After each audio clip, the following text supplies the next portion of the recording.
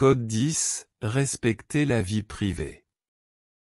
Bonjour et bienvenue sur la chaîne où nous explorons des principes de vie qui nous aident à mieux vivre avec les autres, à grandir humainement et à bâtir des relations solides et bienveillantes. Aujourd'hui, nous allons aborder un sujet fondamental mais parfois négligé, le respect de la vie privée.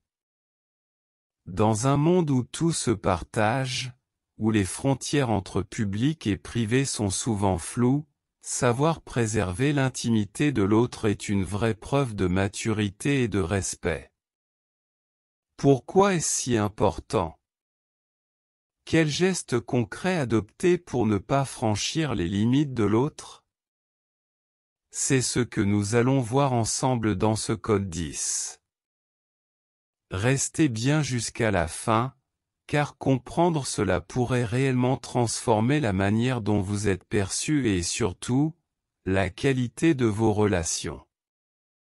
Respecter la vie privée des autres signifie s'abstenir de poser des questions trop personnelles ou intrusives, et ne pas divulguer des informations confidentielles qui ont été partagées avec vous.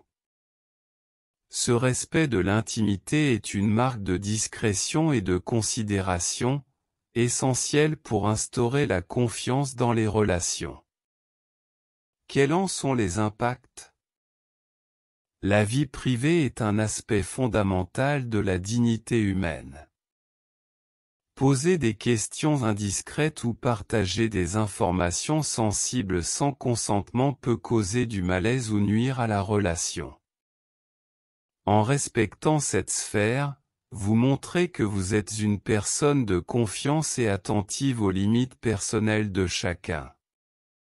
Comment respecter la vie privée? 1. Savoir poser les bonnes questions. Limitez-vous à des sujets généraux dans vos échanges, sauf si la personne vous invite à aller plus loin. 2. Gardez les confidences pour vous. Si quelqu'un vous partage une information personnelle, ne la transmettez pas à d'autres sans autorisation explicite. Exemple concret. Dans une conversation entre collègues, plutôt que de demander « Pourquoi étais-tu chez le médecin hier ?», préférez une approche neutre comme « Tout va bien », qui laisse à l'autre le choix de répondre ou non.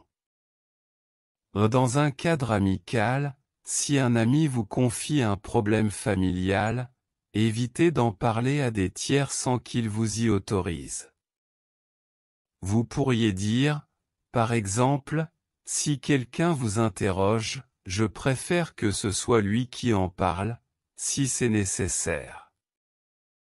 Conclusion. Respecter la vie privée, c'est faire preuve d'empathie et d'intégrité. Cela protège la dignité des autres et établit un cadre de confiance et de respect mutuel dans vos relations personnelles et professionnelles.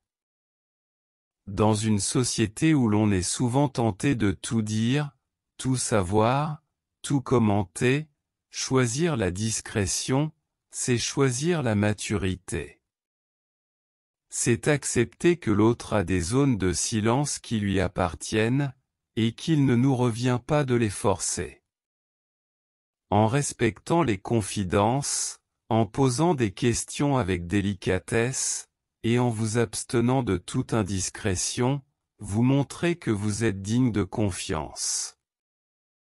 Et croyez-moi, cette qualité est rare, mais précieuse.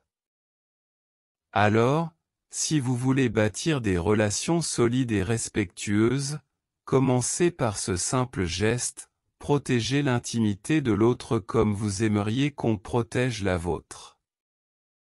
Merci d'avoir suivi cette vidéo. Si ce message vous a parlé, pensez à lever le pouce, à vous abonner pour ne pas manquer les prochains codes, et à partager cette vidéo autour de vous.